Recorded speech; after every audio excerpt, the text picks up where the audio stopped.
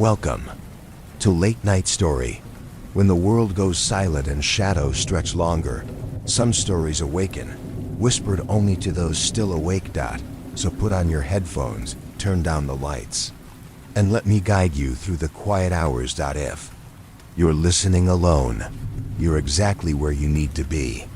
If everyone can leave a comment to let me know where you are listening from in the world, don't forget to subscribe before you drift too far into the dark.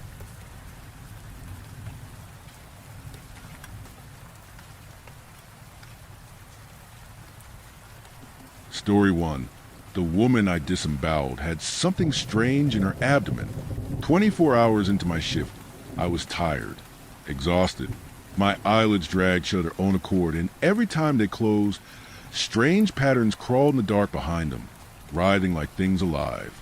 Just one more note, I told myself, and I'd be free to go home. I typed the last of the vitals, closed the laptop, and considered whether I should eat before collapsing into sleep. My body begged for food, but the thought of swallowing anything filled me with unease. Still, I rose and began the slow trek down the stairs toward the cafeteria. The hospital at dawn is unlike any other place. The lights hum like insects trapped behind the ceiling tiles. Shadows lean across the sterile floors, and every cough, every shuffle, echoes far too loudly in the corridors. That was when I saw her. In the lobby, a woman slumped in a wheelchair. Her skin was waxen, her hair slicked to her temples with sweat. Her eyes, half-lidded, unfocused, reflected nothing, as if light itself recoiled from them. A man stood behind her, glancing between her face and the indifferent receptionist at the desk. I could have kept walking. I wanted to. My stomach twisted with hunger, my bones ached with fatigue, and yet something about her made turning away impossible. I stepped closer. My pulse quickened with each stride. The man noticed me first. "Doctor, please. My wife, Amanda, she was nauseous this morning. Her doctor gave her an admission order, but while we were waiting she got worse. They gave me a wheelchair, but..." His words blurred. My attention was fixed on Amanda. Her lips moved, forming broken animal sounds.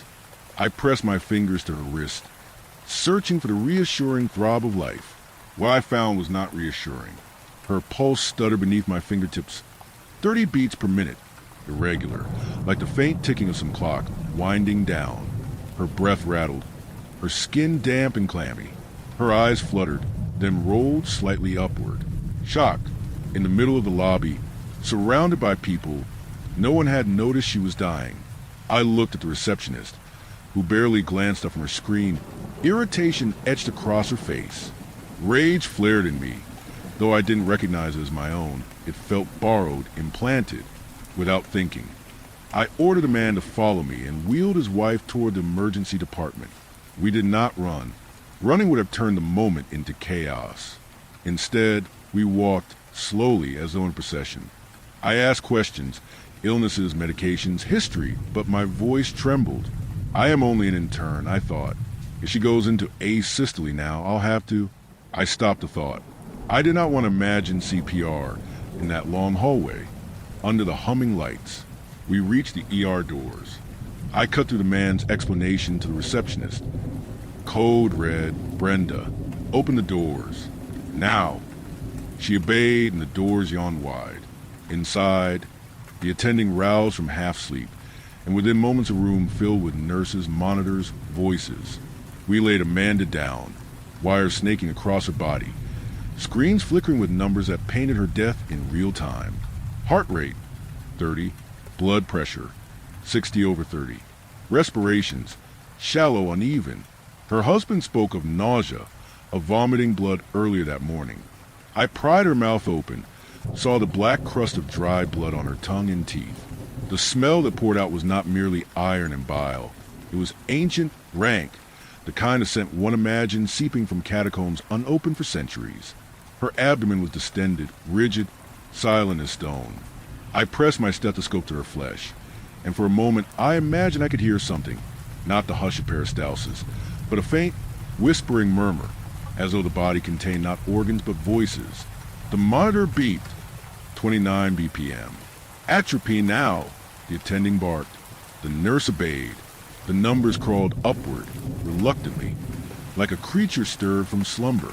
30, 31, 37, 40. Amanda moaned, each sound leaving her in a rhythm too precise, too ritualistic, like prayer to some forgotten god. I leaned toward the attending. It may be a perforated ulcer. He ordered an ultrasound. The black and white image revealed free fluid throughout her abdomen. She was bleeding, drowning in herself. She would need surgery. Go fetch the chief, he told me. I obeyed. The chief came, looked once at the monitor, then made a call. As soon as she's stable, we'll stop the bleed. 30 minutes later, Amanda was deemed stable enough for the OR. As we wheeled her down the corridor, I felt the walls draw closer, the fluorescent lights flickering as though dimmed by her presence. In the operating room, I introduced myself to Dr. Roberts, who led the case. He nodded. We'll need your hands. Dr. Brown will assist as second surgeon. We scrubbed, donned gowns, and began. When the first incision was made, a smell erupted, not the acrid tang of cauterized flesh, but a stench older, heavier. It clawed its way into our sinuses, made our eyes water. It smelled of earth, of graves, of something left to rot in silence for centuries. We opened her abdomen. Darkness spilled forth. Blood black as tar oozed from within, but it was not merely fluid. It was alive in its stillness, drinking in the light, bending the edges of the room. We worked deeper. The cavity stretched unnaturally, as though her body contained more space than it should. Dr. Roberts and Dr. Brown lifted the intestines out and pressed them into my hands. I should have felt the gentle rhythm of peristalsis. Instead, the coils twitched in violent, jagged spasms, as if something inside them struggled to escape. Sweat soaked my mask. My heart stuttered. I gripped the mask with trembling fingers, desperate not to drop it. Then it erupted. Intestines, blood, feces burst outward, not with the chaos of an accident, but with the inevitability of birth. The room was drenched. My glasses saved my eyes, but when I wiped them clear, the sterile field was gone, drowned in filth. The others stood frozen, their faces twisted in horror. They had no eye protection. Their eyes were wide, staring, reflecting the impossible sight before us. Amanda's abdomen had become a mouth. It widened, stretched, and from it poured not organs, but something else, something that bent the room. The lights bent toward it. The floor seemed to ripple beneath it, and the walls bowed inward. It was not a form, but many. Faces melted together, mouths opening and closing, tendrils writhing and splitting into anatomies unimagined. It was intestines, and it was not.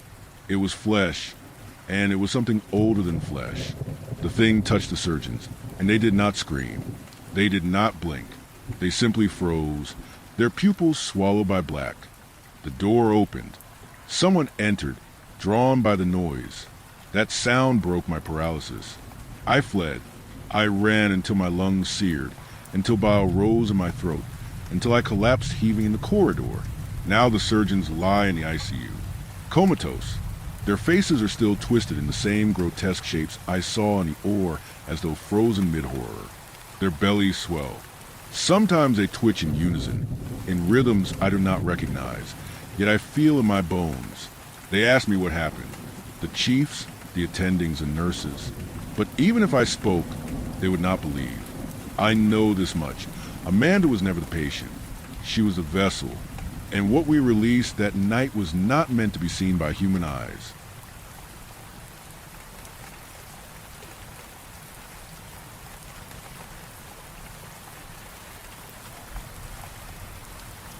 Story 2. The Face and the Static. I've never been one for old tech, but when I found the CRT TV at a garage sale for $5, I couldn't resist. It was a bulky, ancient thing, all knobs and dials, the kind my grandparents had in their living room. The seller, an old man with shaky hands, seemed eager to get rid of it. "Works fine," he mumbled, avoiding my eyes. "Just don't watch it too late." I laughed it off, handed him the cash, and lugged the beast home to my apartment. I set up in my living room, more for the retro vibe than anything else. hooked it up to an old VCR I had from a thrift store score, and popped a random tape I'd found in a box labeled Miscellaneous. The screen flickered to life, spitting out static and snow. But after some fiddling with the antenna, I got a grainy picture. The tape was some old home movie. Kids play in the backyard, birthday candles, nothing special. I left it running as background noise while I cooked dinner. That's when I first saw it. The tape ended, and the screen went to static, but in the white noise there was something, a shape, faint, like a face pressing through the static, watching me.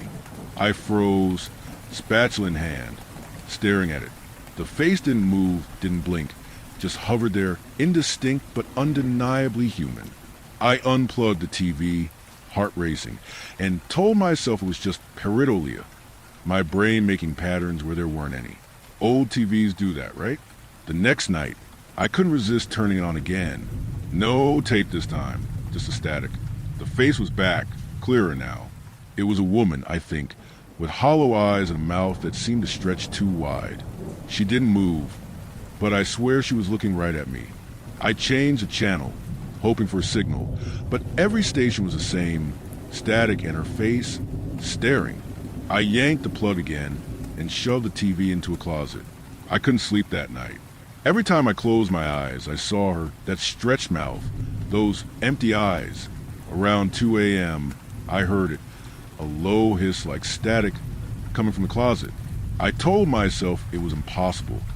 The TV wasn't plugged in, but the sound grew louder, and with it, a whisper, too faint to make out but heavy with intent. I didn't dare open the closet door.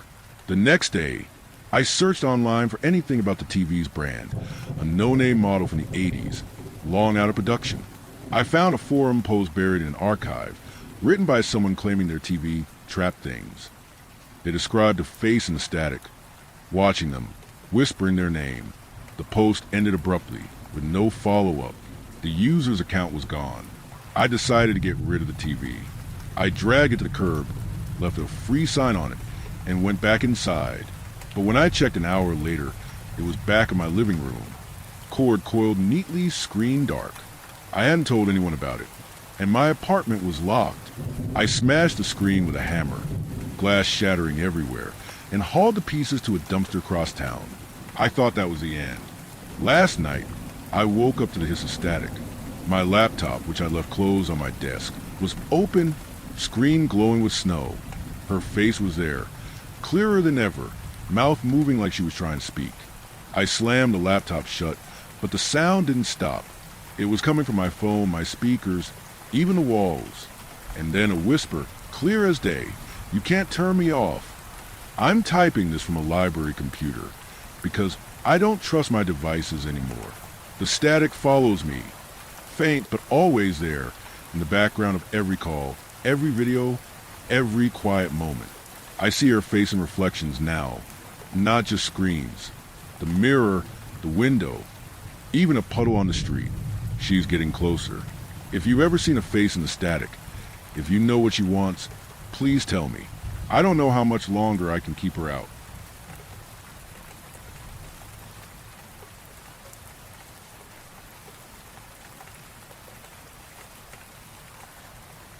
Story 3. They told me room 6A was storage. They lied. I worked the night shift at a psychiatric hospital. The kind of place where shadows cling to the walls, where silence is louder than any scream, and where the patients aren't the only ones being watched. It's an old facility built in the 1940s. Endless hallways lit by buzzing fluorescent lights, lined with heavy metal doors that slam shut with a final weight. At night, the hum of the lights fills the emptiness, broken only by the occasional scream or the metallic rattle of someone tugging too hard at their restraints. There's one rule I learned in my first week. Never touch room 6A. It's the last door at the end of the east wing. The others are full of patients, men and women in different states of despair or madness. But room 6A is different. It's locked, always locked. The senior staff skip it during rounds, even during fire drills. If a new nurse asks about it, they just laugh and say, "Storage," but it's not storage. The door has a nameplate bracket long empty. The metal beneath it scratched raw, as if someone tried to claw the label off. And every time I pass by, I feel it, that subtle pull, like the air thickens around me. You know when you're at the shore and a wave drags at your ankles before it breaks? That's what the corridor feels like at the very end, as if something beneath the floor is tugging, waiting. I tried not to think about it. I tried. It was 3 in the morning when I heard it. I was doing my rounds, most patients sedated, their rooms silent. My cart squeaked against the polished tiles as I moved down the east wing, and then I froze. SCRCHHH, SCRCHHH. It came from the end of the hallway, from room 6A. Not loud, just a faint scrape, like fingernails dragging across wood or metal.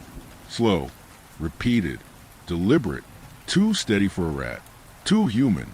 My heart slammed against my ribs. Training told me to ignore it. Every part of me screamed to keep walking. Finished the round, signed the log like everyone else. But my curiosity, it's always been a weakness. I crept down the hallway, the scraping sound growing louder with every step, until I was right at the door.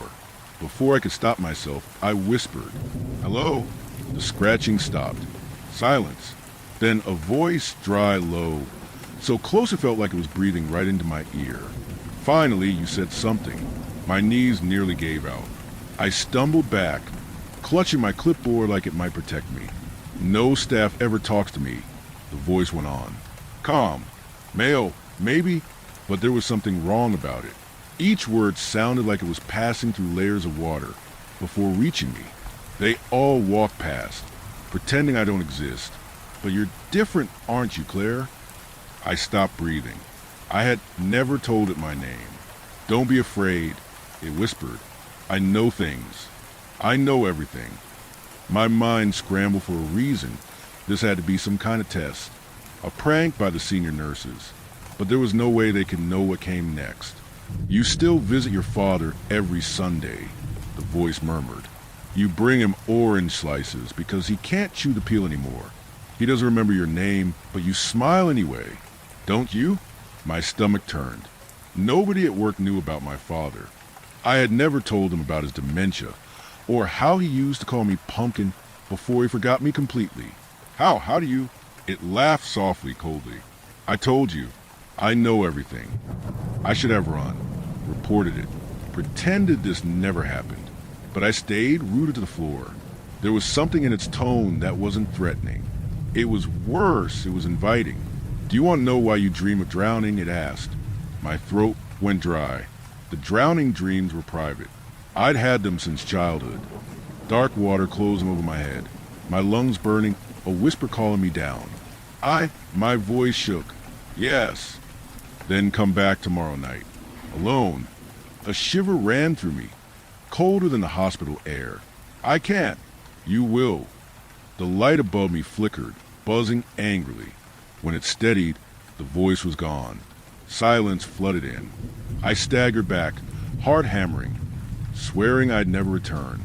But the thing is, when someone tells you they know everything, the need to ask becomes unbearable. I went back. Of course I went back. It was quieter than usual. Even the hum of the fluorescents seemed muffled, as if the hospital itself were holding its breath. By the time I reached room 6A, it was waiting. You're late. I wasn't. You were in the supply room at 12:15. You touched the haloperidol bottle twice before putting it back. You hesitated. You thought about taking it home. I froze. My fingers had only brushed that bottle. I'd wondered, for a heartbeat, if I could use it to calm my father's worsening agitation. But I'd never told anyone. I'd never acted on it. How do you... I already told you, Claire. I know you. Its voice softened, almost tender. Don't you want to know who I am? I swallowed hard. Yes. Not yet, it said.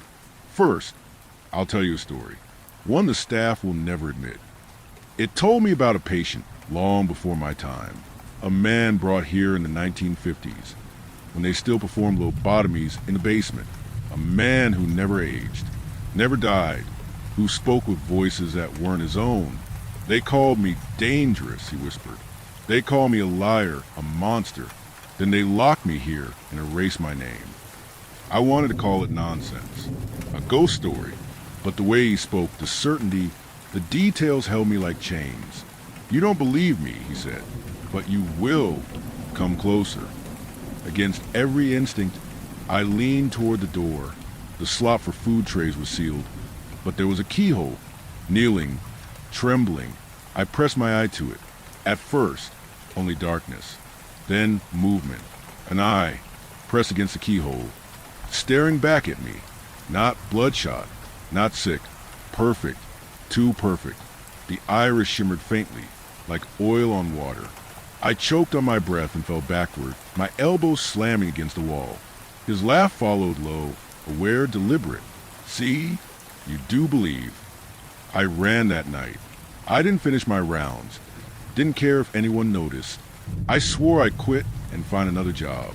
But of course I didn't, because the next night I heard him again. It became a ritual. Every shift, I'd find myself at 6A, heart hammering, waiting for his voice. He told me things no one should know. Memories I'd buried. Thoughts I'd never spoken aloud. Secrets about the other staff too. The orderly who stole morphine. The nurse who cried on the stairwell after every code blue. But he also told me things that hadn't happened yet. He described the red scarf eyed by the following week. The exact words my father would say the next time he recognized me. "Pumpkin, you're late." The car crash on Route 9 that would kill a doctor I'd only seen once. And every time he was right, I stopped questioning him. I stopped fearing him. I started craving him. Until one night he said, "It's time to open the door." "I can't," I whispered. "It's locked." "You have a key," he said. "Bottom drawer of the head nurse's desk. Third file folder, taped underneath." I shook my head violently. "No, You want answers, don't you? Don't you want to know why the dreams never stop? Why you wake up gasping for air that isn't there?" My chest tightened. He was right. He was always right. "Open the door, Claire. Let me out and I'll tell you everything. I'll tell you what you really are. What I really am." The word sank deep, colder than ice. That night, I didn't open it. I lay awake at home, staring at the ceiling, fighting the urge. By morning, my decision was made. I stole the key. It was exactly where he said it would be. Rusted, cold against my palm. Heavy, as if it had been waiting for years. When I reached 6A, the scratching had returned. Louder now. Urgent. I slid the key into the lock. It resisted, then turned with a groan. The door creaked open, just enough for the smell to hit me. Damp, metallic, like rust and rot. "Good," he whispered, closer than ever. "Now let me show you." I pushed the door. Inside, there was no room, no walls, no ceiling, no floor, just darkness. Vast, endless, twisting, like the space between dreams. Shapes moved inside it, many limbed things bending the wrong way, faces peeling open to reveal more faces beneath. And at the center, him, not a man, not really. His outline flickered, blurred, but the eyes were the same. Oily, infinite, reflecting everything I had ever been. "You already belong to me," he whispered. "You always have. Every dream, every drowning. It was me calling you back." I couldn't breathe. My lungs burned, just like in the dreams. "You were never a nurse, Claire. Not really. You were the patient who opened the door the first time. And every time after, you just forget, over and over. That's the game." The darkness surged forward. I stumbled back, screaming. I'm writing this now from the staff break room. My hands won't stop shaking. When they found me, I was on the floor outside 6A. The door locked again. The key gone. They asked what happened. I said I fainted. They believed me, but I can still hear him. Through the walls, through the vents, through my dreams. "You'll come back, Pumpkin. And the worst part? I think I already have."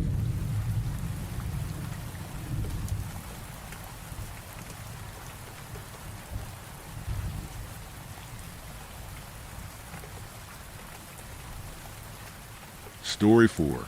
My kidnapper couldn't feel pain. I woke to a smell that shouldn't have existed anywhere outside a morgue.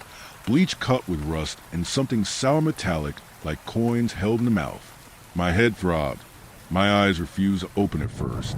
The dark was so complete it felt like fabric pressed to my face. When I tried to move, pain shot through my shoulders and up my neck. My arms were suspended above me. The bindings were layers of torn cloth cinched tight with plastic zip ties. My hands had gone cold and pale, fingers tingling, almost blue.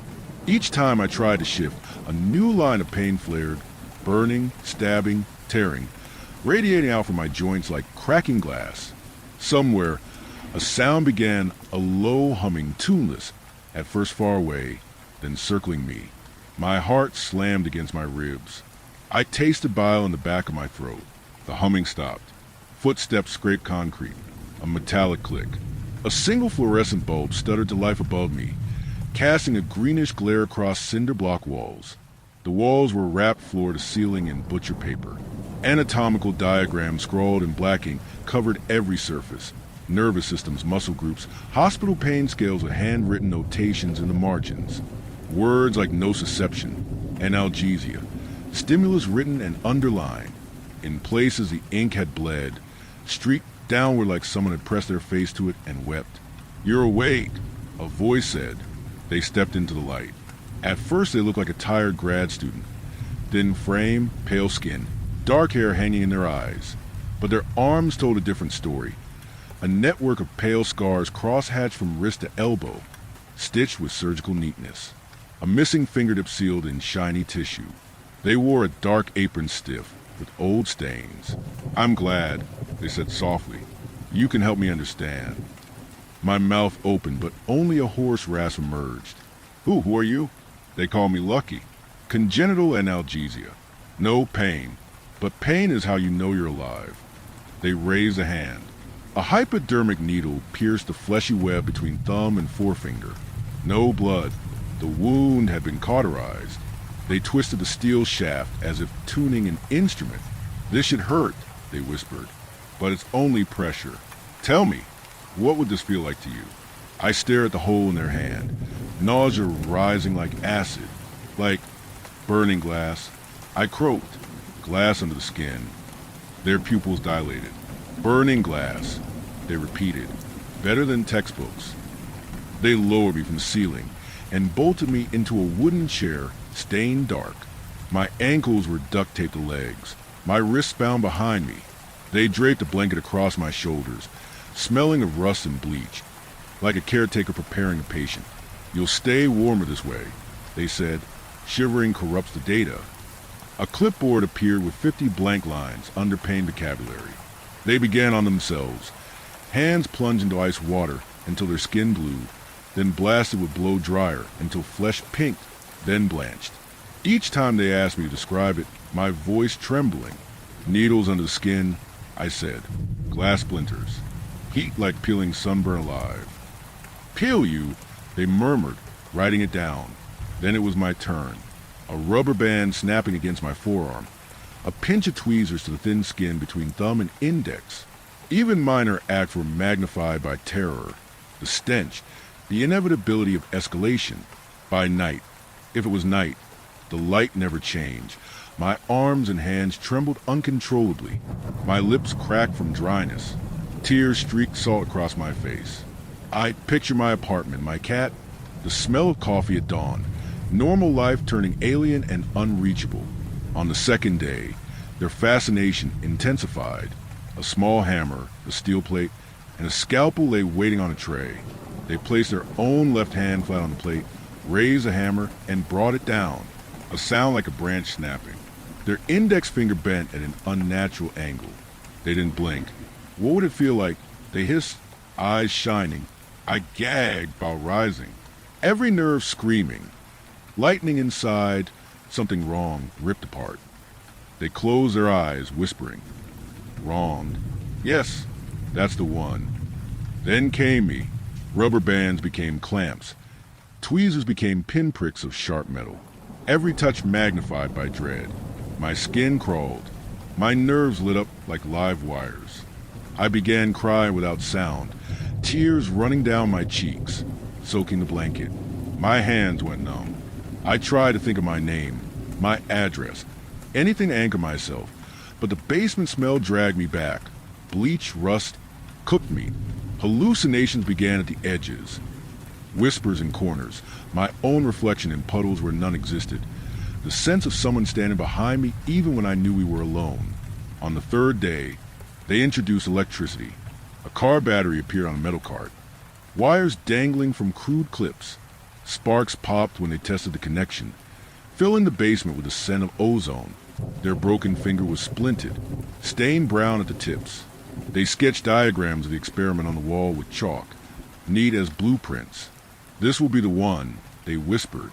"This will let me feel." First they shocked themselves. Sparks danced along pale flesh. Muscles twitched, lips parted, but they barely blinked. Then they turned to me. The wires bit into my forearms like insect mandibles. My muscles seized violently, my heart slamming so hard I thought it would rupture. The smell of ozone and burning cloth made me gag. "Tell me," they said. "Tell me what it feels like." "Fire," I gasped. "Fire in my veins." Needles full of fire. They closed their eyes. Fire in the veins. Yes. It was then I realized they weren't immune to fear, only to pain. Their hand trembled over the switch. Their breathing came fast. A flicker of uncertainty crossed their eyes as I began whispering. "You're doing it wrong," I rasped. "Pain isn't just sensation. It's fear, helplessness, losing control. You have to let go." They tilted their head. "Fear, losing control." "Yes," I whispered, throat raw. "That's the key."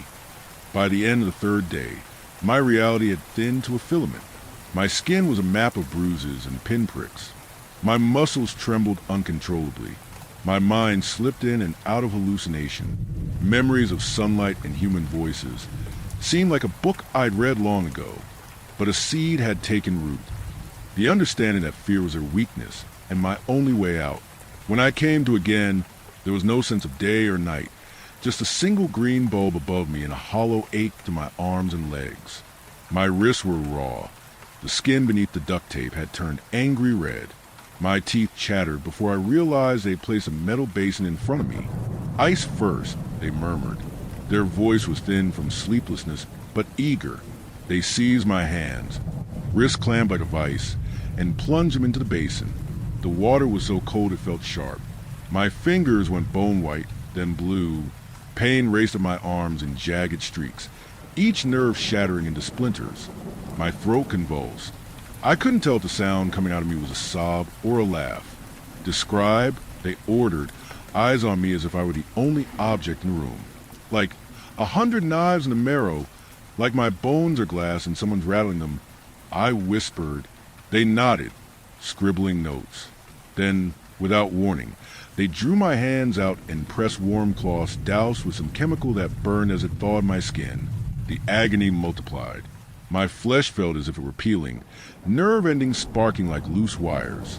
I thought of mornings in my apartment. Sunlight cutting across a wooden floor, my cat blinking at me from the couch. It made me dizzy with grief. I had to swallow back a scream that wasn't about the pain, but the memory of normalcy. Shivering corrupts data. They murmured again, almost fondly, and wrapped my shoulders in the damp blanket. They rolled in the battery again. This time the wires were tipped with small clamps instead of crude paddles. Sparks popped when the clips met. Ozone stung my throat, metallic and acrid. They clamped the wires to their own forearm first.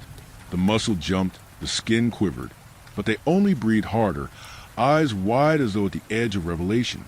Then they turned to me. When the current hit, my body went rigid.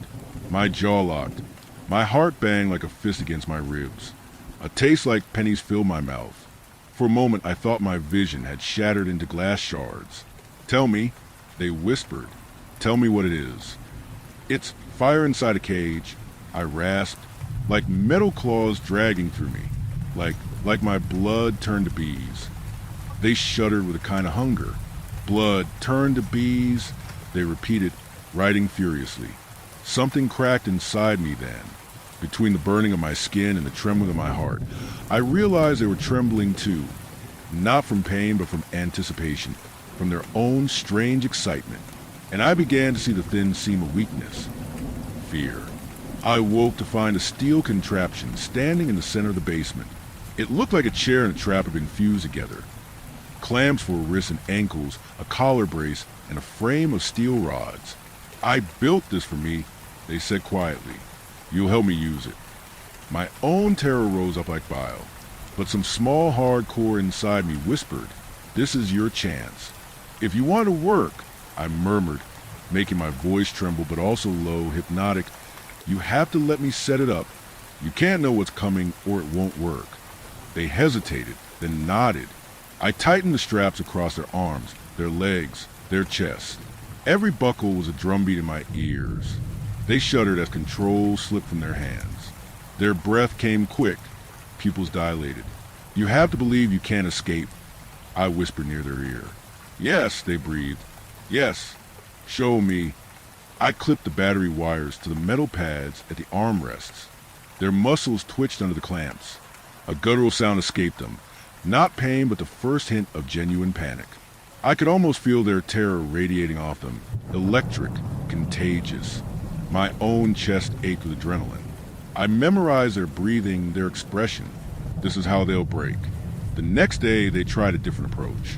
No implements. No lights except a low, pulsing glow from a bulb strung somewhere behind me. They left me alone for what felt like hours. Dripping pipes became a heartbeat. Shadows in the corners flexed and turned toward me like living things. I began to hear faint footsteps that weren't there, a low voice humming words I couldn't quite make out. My own voice whispered back without my consent. I pressed my forehead against my knees and tried to remember the layout of my apartment, the taste of oranges, the texture of my cat's fur. Each memory warped as soon as I called it up, turning into something grotesque. When they returned, they stood silently, head tilted, studying me as if my hallucinations were as important as my flesh. "You're breaking," they said softly. "Fear amplifies everything." "Yes," I murmured hoarsely, realizing I could weaponize that truth. By the 8th day, my sense of time had shredded. I measured it only by the sound of the pipes and the tremors of my own heart. They brought back the ice water, the clamps, the battery, combining everything in rapid succession. Cold so deep it burned, then heat, then electric shocks. My body reacted before my mind could. Spasms, tears, animal sounds I barely recognized as mine. But beneath the horror, I was learning their patterns, learning how their breath changed when they were afraid, learning how to speak in a tone that made them hesitate. And a strange clarity came with that learning, a knowledge that if I could hold on a little longer, I could turn their hunger for understanding into their undoing. When I woke, the green bulb flickered erratically, throwing knife-thin shadows across the cinder blocks. My throat felt sandpaper off from screaming the day before. On the floor near me lay a spiral notebook, open to a fresh page.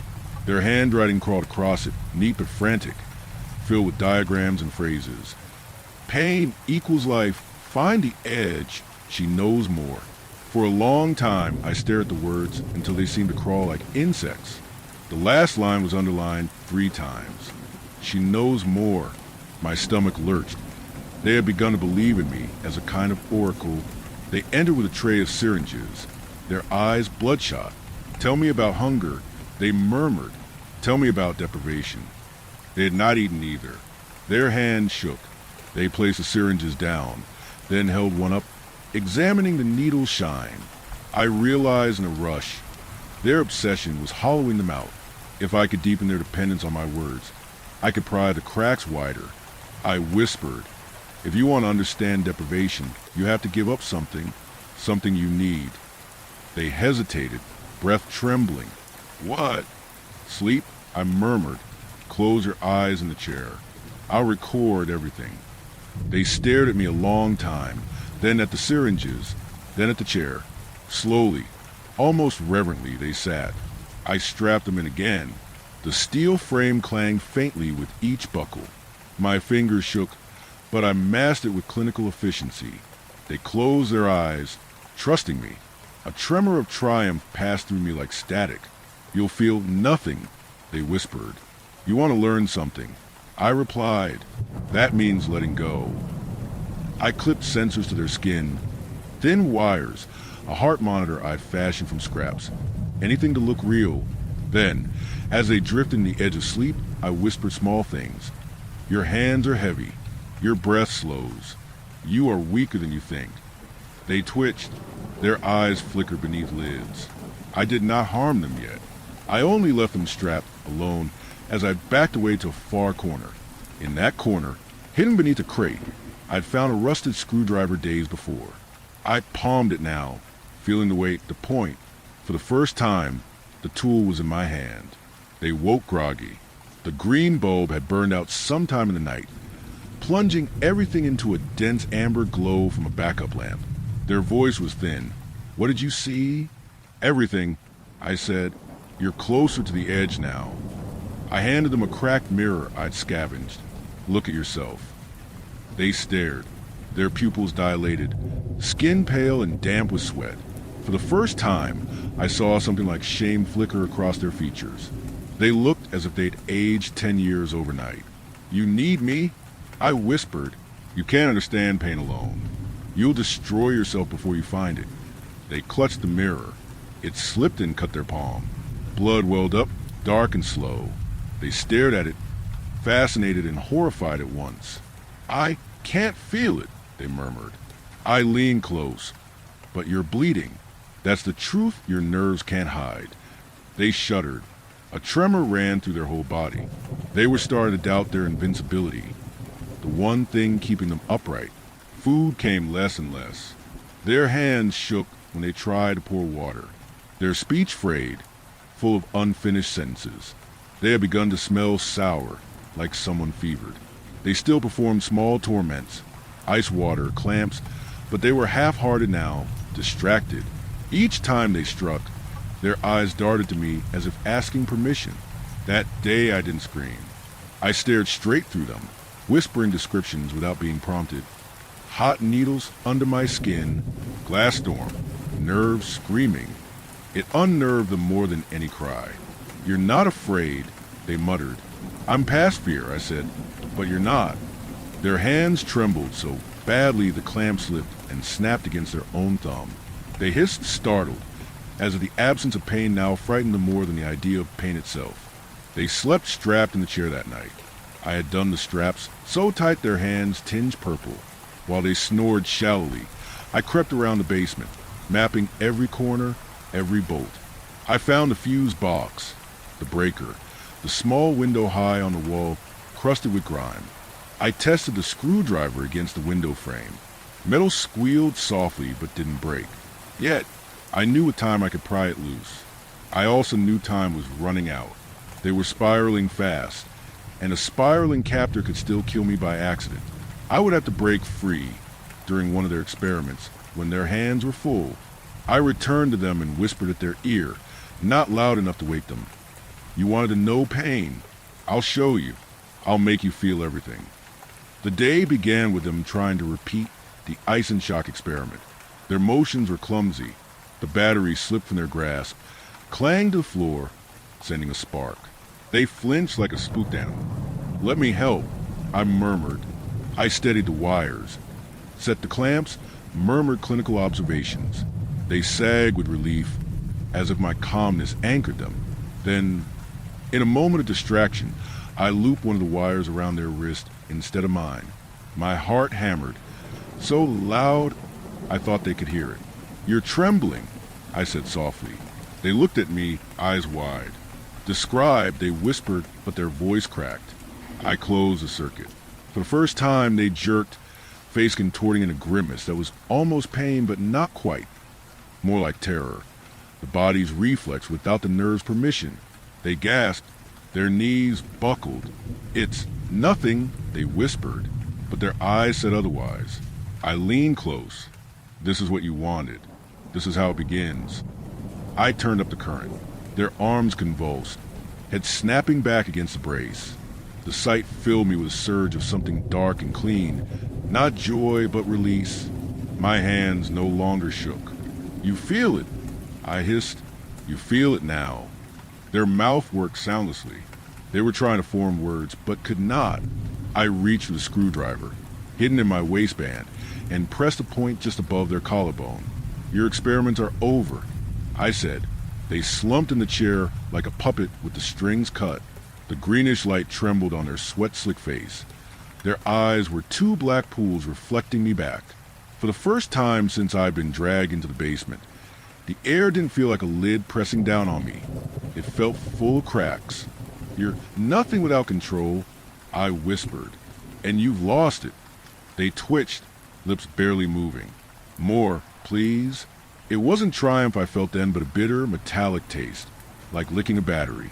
I realized this was my last chance. If I waited even another day, they might recover or kill me in some erratic gesture. My fingers moved almost on their own, tightening the last strap across their chest until it creaked. I pressed my palm against their sternum. The heart under my hand beat quick and hard, an animal trying to claw its way out. My own heart matched it. For a moment we were one trembling system, predator and prey trading places so quickly became meaningless. Then I pulled away. The high window glowed faintly with sodium orange light from outside. I climbed onto a crate, balancing on bare feet slippery with sweat. The screwdriver dug into my palm. Each squeal of metal as I worked the frame felt like a gunshot. My breath came in ragged bursts. My teeth chattered from adrenaline. Below me the chair creaked. They stirred, but the straps held, their voice hoarse. We're going. I ignored it, wrenching harder. Rust flaked onto my arms, stinging like sparks. My wrists screamed from old restraints. A piece of the frame gave with a dry snap. Don't leave, they croaked. You're the only one.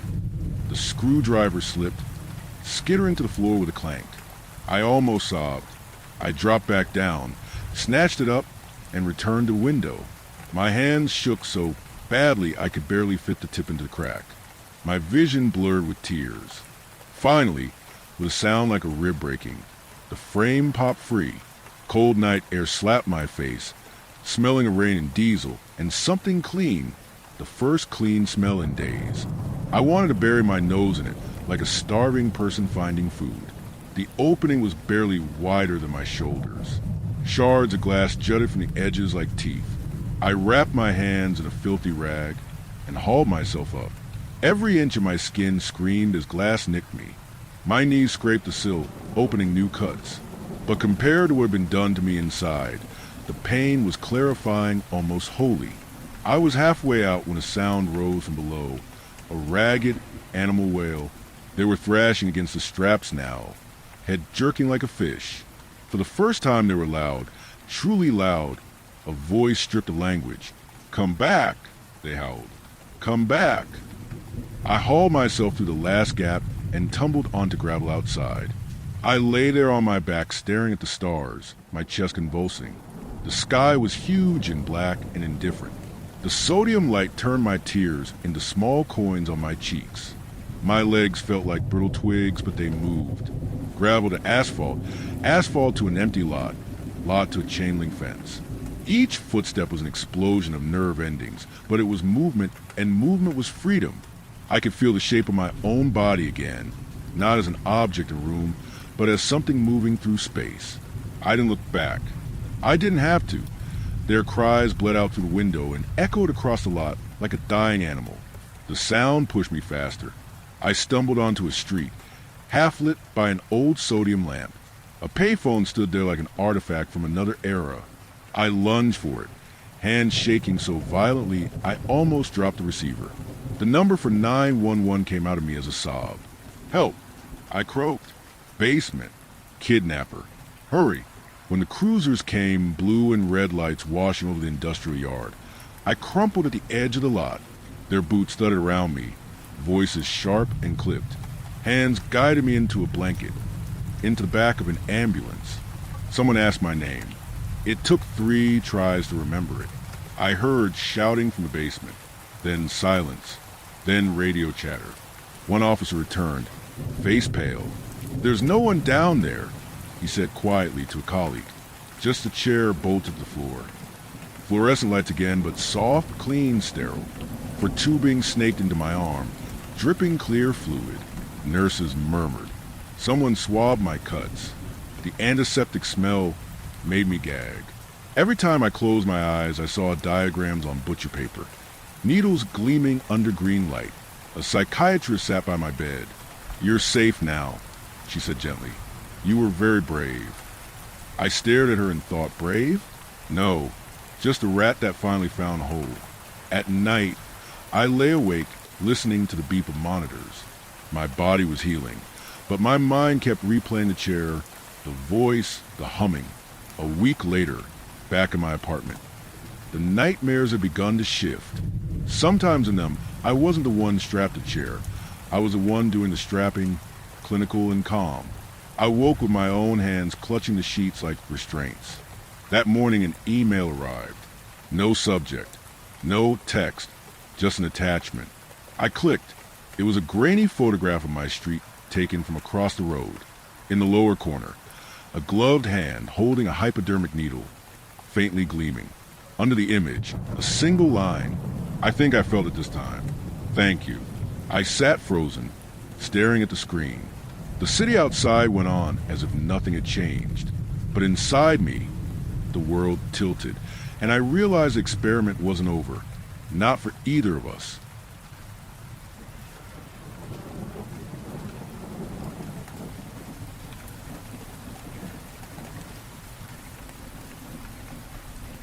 Story 5. I'm a hunter. The deer in my scope had no face, and I just realized it wasn't the prey. I'm a hunter, not one of those weekend warriors with a brand new rifle and unscuffed boots. I'm the real deal. I've spent more of my life in the deep, quiet woods than I have in the city. I know the sounds, the smells, the rhythms of the wild. I can tell a deer from a coyote by the way it snaps a twig. I can read a story in a set of tracks. I've always felt more home out there, in a world that operates on a simple, honest set of rules. Predator and prey. Last week, I went on a multi-day hunt in a vast, remote section of national forest I'd never explored before. It was a primeval kind of place, where the trees were ancient and the silence was so deep it felt like a physical weight. After a day of scouting, I found what I thought was a perfect spot for my tree stand. It was a small, natural clearing, a sun-dappled oasis in the otherwise dense forest. A well-worn game trail, cut right through the middle of it. It was a textbook ambush point, a natural funnel. I could see the tracks of deer, fox, even what looked like a black bear. This was it. This was a spot. I set up my stand in a large oak tree just outside the clearing, giving myself a perfect concealed vantage point. I was up in the stand before dawn the next morning, a full hour before the sun was due to rise. I settled in, a thermos of hot, black coffee in my hand, and I waited. The forest began to wake up around me. The gray, pre-dawn gloom slowly gave way to the first tentative rays of sunlight. The air was cool and crisp, and the world was hushed, expectant. This is my favorite moment. The moment of pure, quiet potential. As the sun cleared the horizon, casting long, golden shaft of light into the clearing, she appeared. A beautiful, healthy-looking doe. She stepped out of the trees and into the center of the clearing, her movements graceful and cautious. This was it. A perfect, clean shot. I slowly, silently raised my rifle. I settled the stock against my shoulder, my breathing slow and even. I looked through the scope, centering the crosshairs on her vital zone, and my blood ran cold. The deer had no face. I pulled my eye away from the scope, my heart hammering against my ribs. I looked at her with my naked eyes. She was still there, perfectly real. But where her eyes, her nose, her mouth, and her muzzle should have been, there was just a smooth, featureless, unbroken expanse of brown fur. It was like a sculptor had formed a perfect, lifelike deer, and then had simply forgotten or refused to carve the face. I looked back through the scope, my hands trembling. The magnification made it even more grotesque. There was no detail, no hint of a feature, just a blank furry canvas. And she was grazing. Her faceless head was bent to the ground, and she was placidly chewing on the grass. Chewing with a mouth she didn't have. Eating grass she couldn't possibly be swallowing. I lowered my rifle, a wave of nausea and profound, dizzying wrongness washing over me. This was impossible. This was a dream, a hallucination. I squeezed my eyes shut, then opened them again. She was still there, still placidly, impossibly, grazing. I just sat there in my stand, paralyzed by a mixture of terror and morbid fascination. A few minutes later, a flock of small, gray birds descended into the clearing. They landed on the grass near the deer, hopping and chirping, but their chirps were wrong. They were a flat, toneless, repetitive sound, like a broken recording. I raised my binoculars, my hands shaking so badly it was hard to focus, and I saw that they were wrong, too. They had no eyes, no beaks. They were just smooth, bird-shaped lumps of gray feathers, hopping and pecking at a ground they couldn't see, with beaks they didn't possess. Then a squirrel. It scampered into the clearing, its movements jerky and unnatural. It was a perfect bushy-tailed squirrel shape, but its head was a featureless, furry nub. A rabbit followed, a smooth, long-eared automaton, hopping and twitching a nose that wasn't there. Everything that entered this clearing was a flawed, unfinished copy of a real animal, a gallery of impossible, living taxidermy. I looked around the clearing, my eyes searching for an explanation, and I noticed it. A strange, almost invisible shimmer in the air, right in the very center of the clearing, rising from the ground like a heat haze on a hot day. But the air was cool. This was something else, a distortion, a warp in the very fabric of the world. I stayed in that tree stand for hours, a silent, terrified witness to this parade of broken creatures. I couldn't leave. I was pinned there by a need to understand. Late in the afternoon, while scanning the tree line, I saw a flash of plastic. About 30 yards from my stand, strapped to a tree, was a trail camera. It was an older model, its casing weathered and green with moss. It was pointed directly at the clearing. Someone else had seen this. Someone else had been watching. I waited until the light began to fade, until the faceless menagerie had dispersed back into the woods. Then I climbed down from my stand, my legs stiff and unsteady. I made my way over to the trail camera. The latch was rusted shut, but I managed to pry it open with my hunting knife. The SD card was still inside. My hands were trembling as I slotted the card into the portable viewer I carried in my pack. The screen flickered to life. The first few weeks of photos were exactly what you'd expect. Normal, healthy animals. A handsome buck, a curious fox, a family of raccoons. The clearing was a normal, healthy part of the forest. Then, the picture started to change. It started subtly. A photo of a fox, perfectly normal, except its ears were just smooth, rounded nubs of fur. A few days later, a picture of a black bear, but its paws were wrong. The long, sharp claws were missing, the pads of its feet smooth and featureless. As I scrolled through the photos, chronologically, the glitch got worse. The changes became more severe.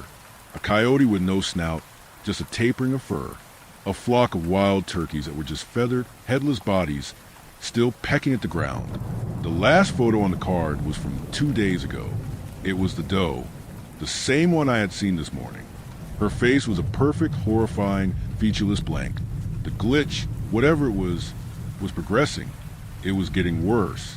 It was learning, but it was a clumsy, terrible student of biology. That night, I didn't sleep. I sat in my cold, dark tent. The images from the clearing and the trail camera playing on a loop in my head. My hunter's brain, the part of me that understood the simple, honest rules of the wild, was screaming. This was not a natural place. These were not natural things. The next morning, I was back in my tree stand before dawn. I don't know why.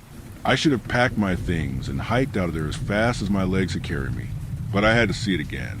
I had to understand. The faceless deer returned at sunrise, just as it had the day before. The bird without beaks followed. The silent, impossible pantomime of life began again. And then a new actor entered the stage. It was a bear, a massive, healthy, very real black bear. It lumbered out of the trees on the far side of the clearing, its powerful head low to the ground, sniffing the air. It was a magnificent, terrifying animal, the kind of trophy that hunters dream of. But I didn't even think of my rifle. The bear saw the faceless doe, which was still placidly grazing in the center of the clearing. The bear's posture changed. It went from a slow, ambling search to a focused, predatory crouch. This was it, the moment of truth, the intersection of the real and the unreal. The bear began to stalk the deer, its movement silent and fluid. The doe, of course, did not react. It had no eyes to see, no ears to hear, no nose to scent the danger. The bear closed the distance, gathering its powerful muscles for final, explosive charge. And then, everything happened at once. From every corner of the clearing, they appeared. The fox with no ears, the squirrel with a nub head, a dozen eyeless rabbits, a flock of beaked birds that descended from the trees like a feathered, silent storm. Every broken, glitched creature I had seen, and more, all emerged from the woods at the same time. And they all moved towards the bear. It wasn't a stampede. It was an attack. A coordinated, silent, utterly terrifying assault. The fox with no ears lunged, its jaws snapping at the bear's legs. The eyeless rabbits swarmed, their bodies thudding against the bear's flank. The beaked birds descended, a flurry of silent, pecking motion. The bear roared, a sound of surprise and pain and fury. It swatted at the creatures, sending them flying, but there were too many. They moved with a jerky, unnatural purpose, a hive mind of flawed creations. And in that moment of absolute, heart-stopping horror, I finally understood. The clearing wasn't a glitch. It was a trap. It was a hunting ground for something else. Something from outside. The flawed animals. They were lures. Poorly constructed, but effective. An entity that didn't understand biology perfectly, but it knew what shape should be in a forest. It knew what a predator would be drawn to. The faceless deer wasn't the prey. The bear was. This entire, impossible menagerie of broken creatures was the bait. And I was sitting in a tree stand, a silent spectator at a feeding. I should have run then. But I was frozen, my mind reeling with the terrible, cosmic implications of what I was witnessing. I was watching something that was not of this world, hunt in a way that did not obey its rules. The bear, roaring in a mixture of rage and terror, finally broke free from the swarm of silent, attacking puppets. It turned and fled, crashing back into the woods, the glitched animals in silent, jerky pursuit. The clearing was empty again. The silence that felt was more profound, more terrifying than ever before. And that's when I heard it, a sound that didn't belong. The soft, deliberate snap of a twig, directly behind me. I froze. Every muscle in my body went rigid. The sound had come from the base of my tree. Slowly, my heart a block of ice in my chest. I turned my head. A man was standing there, at the bottom of my tree stand ladder. He was a hunter. He was dressed in the same camouflage gear as me, holding a rifle that was identical to my own. And he was looking up at me. Or he would have been, if he had eyes. Where his face should have been, there was just a smooth, blank, featureless expanse of pale skin. He raised his rifle, the one that was a perfect copy of mine. And I finally understood the last, most terrible piece of the puzzle. I didn't wait. I didn't scream. I just moved. I scrambled out of my stand, half climbing, half falling down the other side of the tree, my expensive rifle abandoned. I hit the ground hard, the impact jar in my teeth, and I ran. I didn't look back. I didn't dare. I just ran, my lungs burning, my mind a blank slate of pure animal terror. I burst out of the woods and onto the dirt road where I'd parked my car, my hands shaking so badly it took me 3 tries to get the key in the ignition. I'm home now, but I'm not safe. I keep seeing him, not the real one, the copy, in the corner of my eye, in the reflection of a dark window, in a crowd of people, a man in my clothes with my build, but with a face that is a smooth, horrifying blank. I don't know what the thing in the clearing is, but I know that it saw me. It learned my shape, and now it has a new lure, a new, perfect bait to place in its silent, deadly trap. And I have the terrible, unshakable feeling that one day it's going to use it to hunt for another human.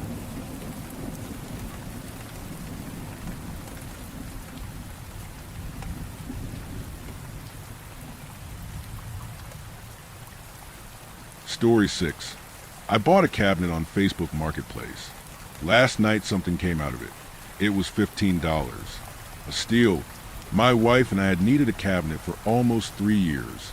We lived in a small apartment without much closet space. We had married young, and financially we were still on shaky ground. She was in school. I was just starting my job as a copywriter for a local business. So when we saw a cabinet on Facebook Marketplace that wasn't upwards of $700, my wife literally jumped for joy. When I went to pick it up, the guy selling was nervous. He looked like he hadn't slept in days, and he kept biting his nails. His hair was a rat's nest, and he breathed quick, always glancing over his shoulder. I passed over the $15 cash, and he took it like a starving child grabbing a dinner roll. Need help getting in the car? It was hard to understand him with his fingers in his mouth. I got it. I bent down to lift it. The cabinet was a small thing, plain white, 3 feet square at the opening and 2 feet deep. It looked like it weighed 20 pounds, soaking wet. I put my fingers under the edge and lifted up. It wouldn't budge. I grunted in surprise and pulled harder. The thing felt like it was full of bowling balls. Geez, is there something in here? I opened the doors to check. Empty. The guy looked at me, his cuticles against his teeth, gnawing. He shrugged and bent down to help. It took us 3 tries just to get in the air. When it was finally in the trunk of my used 2003 Ford Transit, the suspension in the back groaned. The car slipped down on the back tires an inch or 2. I opened up the driver's side, but the guy stopped me. Hey! I looked at him, 1 foot already in the car. You got padlocks? No, don't think so. The guy bounced on his heels. I saw the dark circles under his eyes. He was making me think I shouldn't have responded to that post so quickly. Buy some on your way home. Oh, okay. I got in the van, flicked it into drive, and practically peeled out of the parking lot. The cabinet in the back made the entire car bounce each time I went over a speed bump. I saw the seller guy in my rear view mirror, watching the car as it pulled out of the apartment complex lot. I couldn't be sure, but it looked like he was crying. When I got home, my wife was ecstatic. She wouldn't stop running her hands over the smooth wood and gushing about how it fit perfectly with the color of our bedroom. It took some doing to get in the door. The son of a bitch still weighed a ton, but we made it happen. She wasted no time, filling the small container with clothes, pants, and folded shirts that have been falling out of our overcrowded dresser for the past 3 months, helping her place the stuff inside of the cabinet. I felt pretty proud of myself. I forgot all about the weird cellar guy, how heavy the thing was, and all the pangs of unease I had experienced earlier. I was a good husband, and our house was a little more organized in the chaos that was our lives. This was a victory. It was about a week before I noticed the clothes on the floor. My wife's not the most organized person when she takes off an article of clothing. It usually travels to a few different locations before it finds a home in the laundry hamper. One of her favorite alternates is the floor. So when I found all the clothes that had been in the cabinet on the carpet of our bedroom, I didn't really think anything of it. I just put them in with the rest of the laundry, cleaned them, folded them, and put them back in the cabinet. Halfway through the next week, I saw those same clothes on the ground. I looked in the cabinet and saw it was empty. I called to my wife in the next room. Babe, if you're going to try stuff on in the morning, can you make sure and put it back? She came into the bedroom and looked at the pile of clothes. I didn't try those on. Did you push them out when you were getting your stuff? I don't have stuff in there. Let's just keep things organized, please. She refused to acknowledge that she was the one who put them on the ground. So I dropped the point. Didn't want to spiral into an argument. We put the clothes back and went on with our day. That night, we left to go out on a little date. I had gotten a commendation at work for wowing a client, so we felt like celebrating. When we came back, we were a little bit drunk from the bar, so it wasn't until the next morning that I even saw what had happened in the short time we had been gone at dinner. I turned over in bed, hung over and bleary-eyed, and stared at the ground for what felt like a full minute. The clothes were on the floor again. It was Saturday, so instead of doing grocery shopping, fixing the stove, or any of the other million chores on my unending list, I started messing around with the cabinet. I checked the legs, seeing if there was a tilt that might be making the clothes spill out. No dice. I checked the floor level. The bubble floated dead center. between the two black lines. I try to think if I had accidentally bumped the doors last night while I was getting undressed. It was hard to remember. Everything was hazy through the alcohol. I remember the guy I brought it from, how he fidgeted and swayed on the spot. "You got padlocks?" I shook my head. I was going crazy. It probably had something to do with the door and the way the clothes were stacked. Instead of putting the clothes back in, I piled them on top of the cabinet. After a day or two of the clothes not magically making their way onto the floor, I figured the problem was solved. Then the weird stuff started. I would come home from work, and drawers would be open in the kitchen.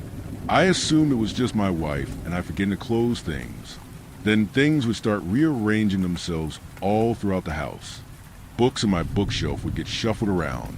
I would go looking for the plates, and they would be in a different place than before. I blamed my piss-poor memory. Food started going missing. My wife would swear she didn't eat it. Sometimes I would wake up at night and not be able to go back to sleep. I know it sounds crazy, but it felt like someone was watching me somewhere in the darkness. I started to be suspicious of the cabinet. Lack of sleep inhibits brain function. You do things you wouldn't even consider if you were well rested. I examined every inch of that stupid thing. I knocked on the back, the sides, the top. I even stuck my head inside and looked around. It was a normal cabinet in every single way, other than the fact it weighed the same as a low-end NFL football player. I thought about moving out of our bedroom, but my wife wouldn't hear it. Where else would we put the clothes? I tried to tell myself that it was nothing, that I was being paranoid, but still, I couldn't help staring at it when I was in the room. Sometimes I'd even fall asleep looking at it. The image burned onto my eyes after they closed, its white shape working itself into my nightmares. It was getting ridiculous.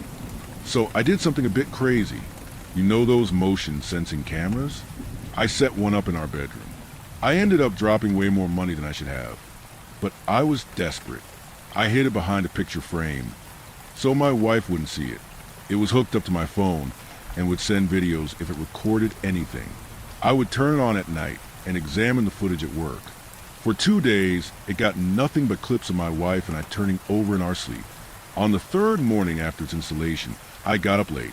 I had to rush to the office. My wife was under the weather, so she was staying home from classes. I air kissed her goodbye as I went out the door. I didn't even bother to check my phone. I saw the notifications only when I sat down at my desk. The camera had recorded 3 videos. I pressed play on the first bit of footage. As I pulled up the projects I would be working on that day, I kept my phone in the corner of my eye. The stuff I saw at first was normal. Me and my wife, tossing and turning in bed. When that ended, I opened the second video file. While it played, I looked over a calendar filled with work meetings for the month. I was rescheduling an appointment with a low-priority client when I saw a flicker on my phone. All my attention left my work. I picked it up and looked deep into the small screen. In the video, the doors to the cabinet were opening. It was a slow process. They moved outward centimeter by centimeter. Once they had fully swung out, I saw a movement in the dark space inside. Too long. Spindly hands crept out of the interior. They were followed by thin arms, then a head and neck. I had never seen anything like it before. Its eyes were bulbous and glowing in the infrared. Its mouth was wide and toothy. It pulled itself out of the cabinet and crept along the floor. It was pale, fleshy with sharp toes. It must have been 8 feet long. It reared up on its haunches. Its head almost brushed the ceiling. It stared at me and my wife, sleeping peacefully. The video ended. I fumbled with my phone to get to the third video. Once I had the file up, I pressed play. The thing from the cabinet filled the screen. It was staring directly into the lens, its eyes watery and leaking. Its smile grew wider than before, and I saw its lips tear open and leak black fluid. For 10 seconds, the thing and I engaged in a quasi-staring contest. I ran out of my chair, ditching all my stuff at my desk. I dialed my wife, ignoring co-workers who were asking where I was going. My wife's phone rang and rang. I worried I would be shunted to voicemail. I heard a click, and her voice came through.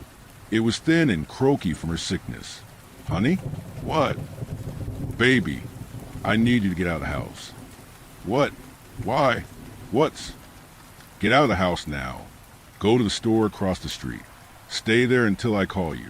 I think there's something in our bedroom cabinet. Honey, slow down. What's going on?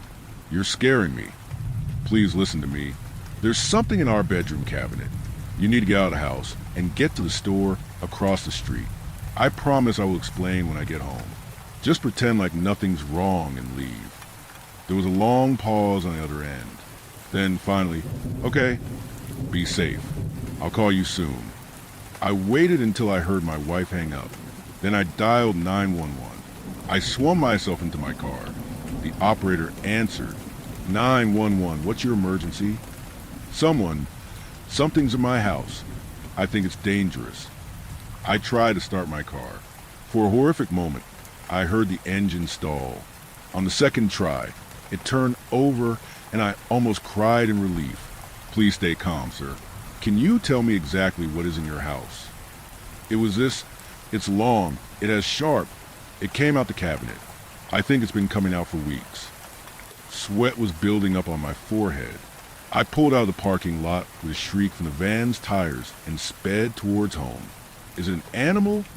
I don't think so. It looked like a fucked up person. There was a pause on the other end of the line. Sir, are you on any sort of medication for a mental condition? What? No. I pulled out of the parking lot and onto the road. Are you at your house now? I just saw it on camera. I'm driving home. I'm not crazy. I believe you, sir. Their tone of voice made me doubt it. Can you give me your home address? I gave it to her. I honked at someone going 20 in the 35. Anxiety made my head feel like it would explode. There was a gap in traffic, and I weaved past the slow car. I heard the suspension of the van groan in protest. Okay, we're sending an officer now. Hang tight. Click. I chucked my phone into the passenger's side. The 10-minute drive home felt like 10 years. After hitting what felt like every red light, I finally saw my crappy duplex in the distance, standing there peaceful and serene like it didn't have some terrifying abomination hidden within. I slammed into the driveway and didn't even stop to put the car in park. I sprinted up the walk. The front door was open. The house was silent. I tentatively stepped in. I guess my wife hadn't had time to shut the door before she left. I looked around, trying to see if anything was out of place. I slipped into the garage and grabbed a few things, making as little noise as possible. Then I tiptoed into the bedroom. No one was there. The cabinet was waiting in the corner, its doors neatly closed. I approached it, doing my best to not let the objects in my arms make noise and give me away. I crouched next to White, cube-like piece of furniture. I took a piece of wood I had gotten from a scrap project and positioned it over the top of the two doors. I took the drill I had gotten from the garage and positioned the screw. I knew once I started, I would only have a few seconds before it would hear me and try to stop what I was about to do. I held my breath and screwed in one side of the wood. It made a squealing sound like a stuck pig as it went in. It bit into the wood and was soon buried up to its head. I rummaged in my pocket for the next screw. I heard something, a sound of scratching, coming from the cabinet. I didn't stop to check what it was. I took the second screw and sent it into the wood. A thump came from the cabinet, like someone was knocking on the other side of the door. I was running out of time. I went to position the other plank of wood, but the cabinet doors jumped. Something on the inside was slamming into them. I put my weight against them, readjusted the wood, and pressed against a new screw. It went in, but there was another hard hit from the inside. I saw the first plank start to splinter. I got the second screw in place, but then it was knocked askew by another hit. There were large cracks in the first plank now. It wouldn't hold a second bash. I had to get the second piece of wood in place, or whatever was inside was coming out. I pushed down on the screw and pressed in the drill's trigger. Bit by bit, it sank into the wood, until finally the drill bit skidded against the top. I waited. There was another hit, but the two pieces of wood held. No cracking. A moment of silence, and then two. No more hits. I put another plank of wood on, and well as a few more screws to make sure that it would hold. Once that was done, I leaned against my bed and sighed in relief. The police would be here soon. I'd show them the cabinet, the video. It was going to be okay. I dialed my wife's number again on my phone. I was already forming the words I was going to say to her in my head. I'm on my way. We're safe. Nothing to worry about anymore. I heard her phone ring in my receiver, and then ring in the house. I stopped and turned. With each buzz, my horror grew. The ringing was coming from inside the cabinet. My wife never made it to the store. I looked all over, even in the back for her. I demanded to see the store security cameras, which they eventually agreed to show me when I told them my wife was missing. There was no footage of her entering the establishment. When the police showed up, they didn't believe me when I told them my wife was missing. I showed them the video from the night before, and they thought it was CGI. They asked about my mental history, and that was when I shut up. They told me to come to the station to file a missing persons report, and then they would look into it. They gave me funny looks as they went back to their cars. They left, and I was alone again with the cabinet. 20 minutes later, I got a notification on my phone. It was another video from the camera. I looked up and saw it was missing from the wall. I clicked play. The video was 10 seconds long. Everything was dark, but I heard crying the audio. It sounded like my wife. I heard one word, please. Then the video went dark. My wife is in there. I tried calling her again an hour ago. Her phone went straight to voicemail. I have to hope that she's alive. Whatever is in that cabinet is taunting me, dangling her like bait. I think it wants me to go in. I need to talk to that weird cellar guy again. After that, I'm getting some supplies. Then I'm heading in after her. I'm sending this post to some friends. To those who receive it, if you don't hear from me in 24 hours, show this to the police. I included links to the video files in the email I sent. I don't know if they'll believe you or not, but at least try. After you do that, burn the cabinet. I left the front door unlocked. I'll let you know if I find her in there. Wish me luck.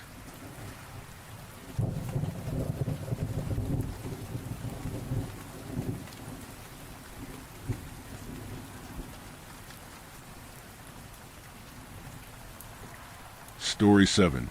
These things don't happen. Growing up, we all know this feeling. Watching TV as a kid and laughing as you see what happens on the screen and thinking to yourself, now that can't happen. And things were no different when it comes to me. Being a 25-year-old guy living with my parents, I still watch horror, vids of creepy internet stories, and just laugh about with that thought play in my mind as I do.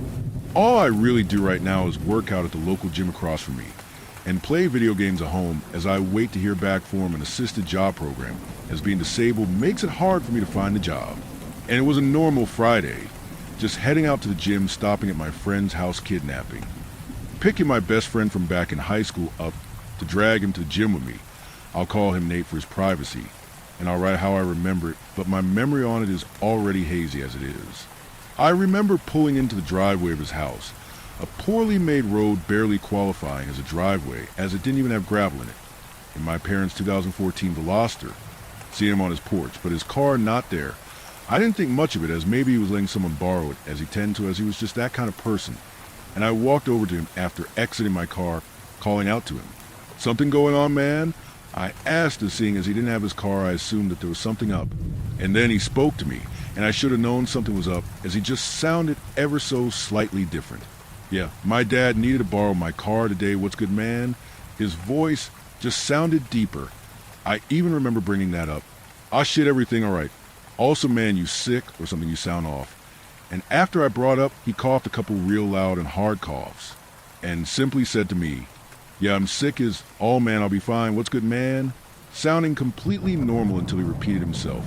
But he did have a habit of repeating himself anytime he was sick back when I was his roommate. So I didn't think nothing of it and just simply said back to him, well, I was going to ask if you want to go work out together today, but if you're sick, you don't have to come. Before starting to walk back to my car, turning my back to him, and then I heard him call out, nah, it's cool, man, I can come, it's nothing to worry about. Sounding off again, and I was already in my car as I looked at him following me. He certainly did look fine, but something about how he sounded just told me he wasn't, so I just rolled my windows down, yelling out to him, don't worry about it, man. We can always work out later. before turning the car on and beginning to back up out his driveway. I remember that there was a split second on the rear view camera that the car came with, that there was this twitch in his head, but it didn't fully register in my mind back then, and he just waved to me as I backed out his driveway and drove on the gym. Fast forward to me being at the gym, I am running on the treadmill finishing my workout for the day, and I am just running there thinking about what happened and how off Nate sounded, and I sigh and say to myself, I'll just call him in the car and apologize for ditching him like that, and get off the treadmill putting the gym stuff back before walking out and into my car. Then I get my phone out of my pocket and call Nate. I remember him picking up and everything he said to me, and the thoughts I still have even now these things can't happen. Yo man, I'm at work, what's up? He said to me, and it was like my entire body was shutting down in a cold panic. Every hair on my body stood up on end as I shakingly spoke out. Weren't you sick? Nate instantly knew something was up, as he's known me for practically 15 years. No man, I'm fine. At work, why, what's wrong? And I just simply stated, no, I talked to you at your house, and you said you let your dad borrow your car and that you were sick. And the silence between the two of us felt like hours. But it wasn't even a minute. I bet before he spoke out, you're fucking with me, right? And I felt I should lie. I felt that I needed to lie to him and say that I was else he'd think I'm crazy. But I didn't, I just simply told him the truth. No man, I swear I talked to. I was cut off by Nate saying he was getting a call from his current roommate. Hold up, wanted to see John is calling me. He said, sounding more annoyed than anything, so I just sat in the parking lot with this racing around in my mind. 5 minutes later, I get another call from Nate again, and I pick up the phone still shaking. What? Was all I managed to say before I heard Nate speak. More fear in his voice than he ever has shown to me in his entire life, as he simply said to me, John says he hears you and me out on the porch. And we were just left thinking the same thing, I hope, that these things don't happen.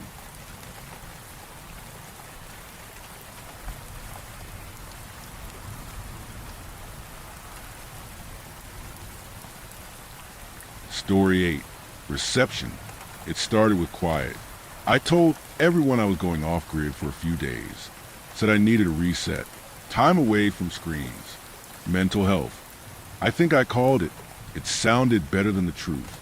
The truth was, I was burned out, pissed off, couldn't stand the sound of my own name in someone else's mouth. The group chats, the check-ins, the relentless flood of fake concern. I didn't want care. I wanted quiet. So I packed up the truck, loaded Bear in back, and drove east into the Appalachians.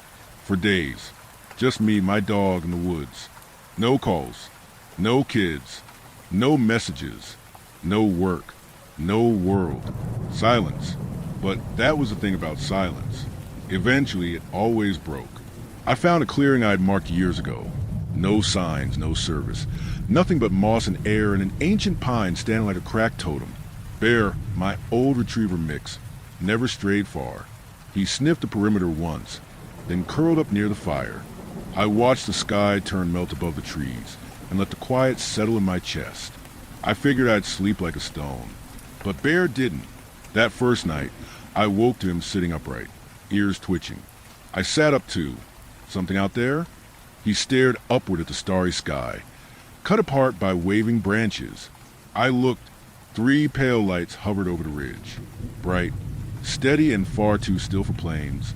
For a second, I actually smiled. I remembered the brown mountain lights. People swore they saw them dancing over the trees. Ghost lanterns, they said. Reflections, static trapped in the air. I'd spent the better part of my childhood out here, and I'd never seen them before. I realized my phone screen had lit up, and the flashlight had turned on by itself. Bear growled low in his throat. The light flickered once, then went dark. My damn phone's messing up, I said, picking it up and turning on the flashlight to see if it worked. No service, of course. No messages or calls. It'd be a good weekend. When I returned my attention to sky, the lights were gone. The second night, Bear wouldn't eat, wouldn't even lie down. He kept pacing to the tree line and freezing like he was listening to something. I sat by the fire, flipping through old photos on my phone.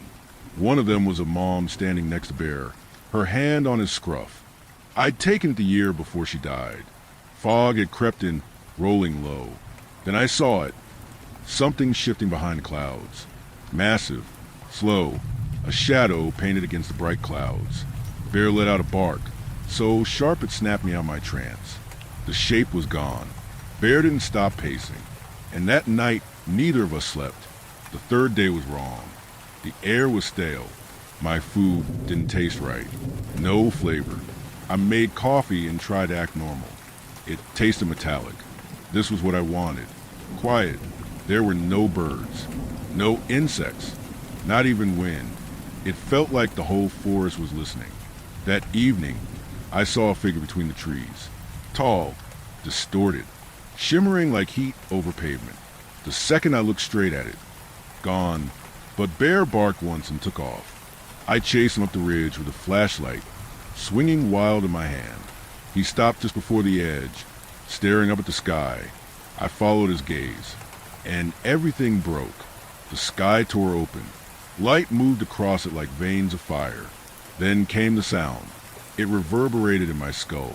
Voices, crying, screaming, singing. I don't even remember running. Just white-knuckle panic and Bear's tail in the dark. We made it to the truck. Don't ask me how. The engine barely caught. I reversed so hard I lost one of my mirrors on a tree. The lights were above. A sky twisting like someone's crappy wallpaper. Just color moving around. I kept driving. Bear barked louder and louder. 20 minutes later, the phone lit up. Reception. 4 bars. Then everything exploded. Missed calls. Messages. Voicemails. Dozens. Dad, how's the trail? Dad, you feed that dog? And our son is going to get himself killed. And something is outside. I clicked off the messages and opened the voicemails. I played the first one. My sister's voice. Mason, where are you? Just, please call me. Static starred asterisk. I played the next, my brother. Mason, Christ man, get your kids out of Pittsburgh.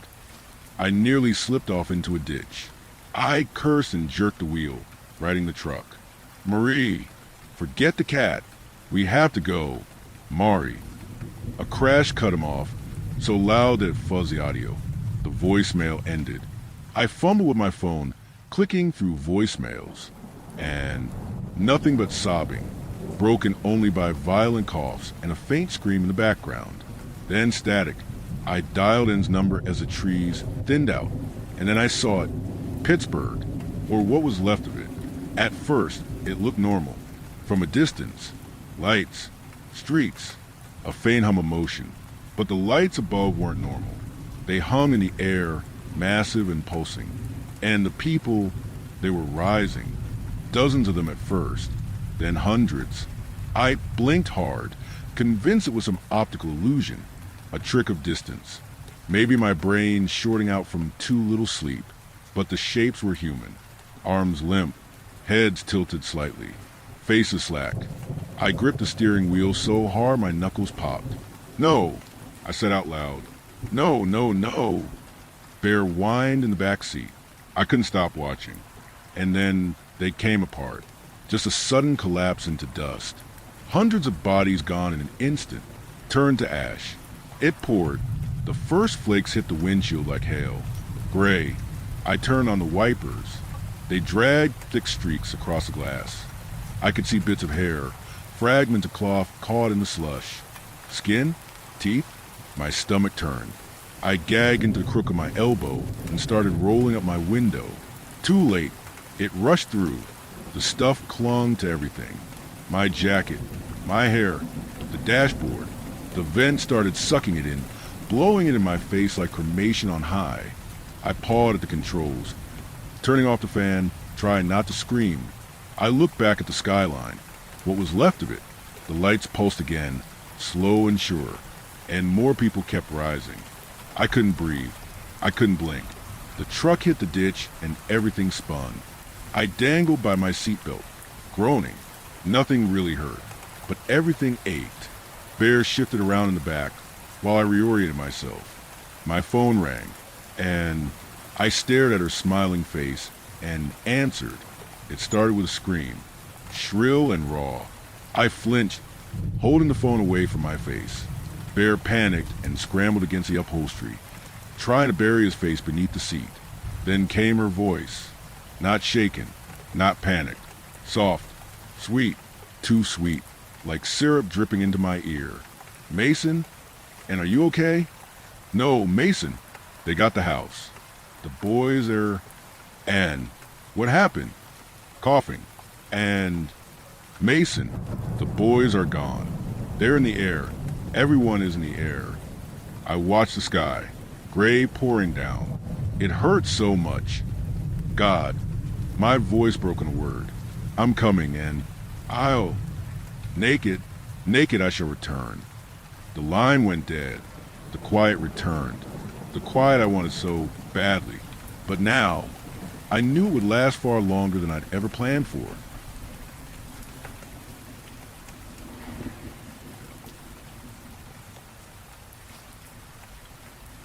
Story 9. I lost myself in my own mind. Every day, every time I woke up, I felt myself becoming a little more detached from my body. I started to observe every movement and action, as if I were in the back seat of my own body, and the person outside was not my true reflection. Instead of taking action, I let myself go. Today, it finally happened all of a sudden. A huge wave of light came through, but instead of my window, where it usually shone, it came from 2 crystal balls. That lay on the ground. I looked around, and only darkness was in sight.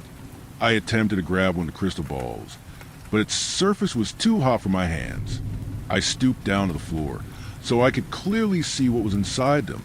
The floor was soft beneath my stomach, but at the same time it had the texture of sand. Although the light attempted to blind me, I discovered that the brightness enveloping the small space surrounded by this void was a view into my own eyes. The eyes I had taken for granted. Taken aback, I stood up and looked around. I walked toward the place where the light ended. I took a deep breath and moved slightly into the dark. I began to hear faint whispers. With each step I took, it felt as though death was breathing down my neck. I felt heavier, as if my soul itself were holding me down. The whispers grew louder and more voices joined in. They started shouting, but the things they shouted were self-doubt, irony, paranoia, even threats. Yet it wasn't directed at me but at themselves, and each time they spoke or shouted, I felt sick. I could barely move. I crawled until I found a faint light in the distance. I remembered something and looked back. I could still see a single of light behind me, the light of my eyes. When I finally reached the light, I saw a moth flying there. I came upon the circle of light, feeling its brightness on my skin. As I reached it, a silence fell over the voices. I could finally stand and see the moth clearly. Instinctively, I tried to grab it, but it moved away. Frustration rose in me. It hissed and pulled away each time. I tripped, and the moth fell with me. While I lay on the floor with it, I stared into its eyes, feeling hatred stir within me. In that moment, I grabbed it. I held it in the palm of my hand. But I didn't do anything, I just looked at it as a storm of violent thoughts flooded my head. As I struggled to fight them, I felt my hand being enveloped by something. And as those thoughts began to win, I tried to see the moth again only to find cocoon embedded in my hand. The voices didn't return, but I felt something staring straight at me. I scanned my surroundings and saw eyes up close. So close I could almost feel them. They looked nervous. As they watched me, I doubted every step I took, and I felt that presence behind me again. But this time, even with so many eyes fixed on me, I decided to turn around. A figure was following me, trailing a mass of bodies that thumped the floor with every step. I stood my ground as it approached, and as it came closer, I felt another weight lift from me. Before I could do anything, a phone started ringing in the distance. I ignored the figure and looked around. A crack in the darkness revealed a landline phone. As I walked toward it, the figure disappeared from my area. The phone wasn't the only thing the light revealed. In the distance, I could see a large, flesh-like thing. It moved. It shivered. The darkness didn't reveal much, but as I walked closer, touched it. Each time I laid my hands on it, a deep sound rumbled through the place. While the phone kept ringing, I finally picked it up. A voice came through, one I didn't recognize. The person on the other side Started talking about a get-together with friends. Our friends, he said. He spoke as if he knew me, as if we'd been friends for ages, but I couldn't place his voice. Then he asked, "So, do you want to go together?" I stopped and thought, did I really know this person? He spoke with such trust in his voice. I wanted to say no, and I was about to, but as the words formed in my mouth, tears welled up. I didn't know why. Streams of tears began to run down my face, and I started to sob. I shouted, "Yes, yes, I will go," and the line went dead after I set the phone down, and it clicked. Another tremor ran through the place, like an earthquake. The thing looming over me began to pour out a dark red substance. It felt like something I had done wrong, or something I shouldn't have fought against. As I looked around to see the effects of the quake, I felt something on my hand where the cocoon was. It had grown a little more. I didn't know what else to do, so I left the light once again. But I felt better, in a strange way, like the relief after cracking your back. The void caressed me again, and those nervous thoughts no longer loomed over me.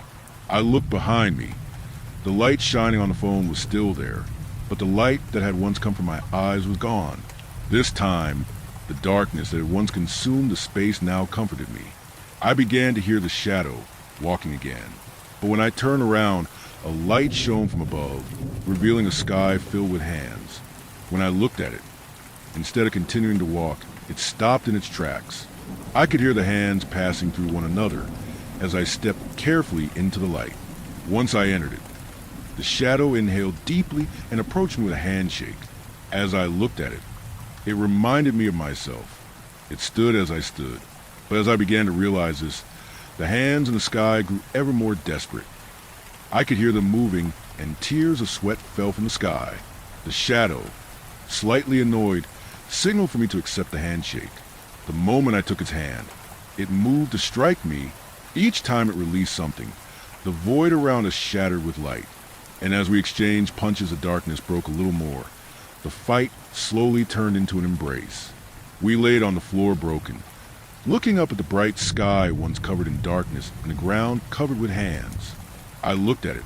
It looked at me, and together we stood up as one. I felt my eyes closing, and when I finally opened them again, I had control over myself at last and saw reality.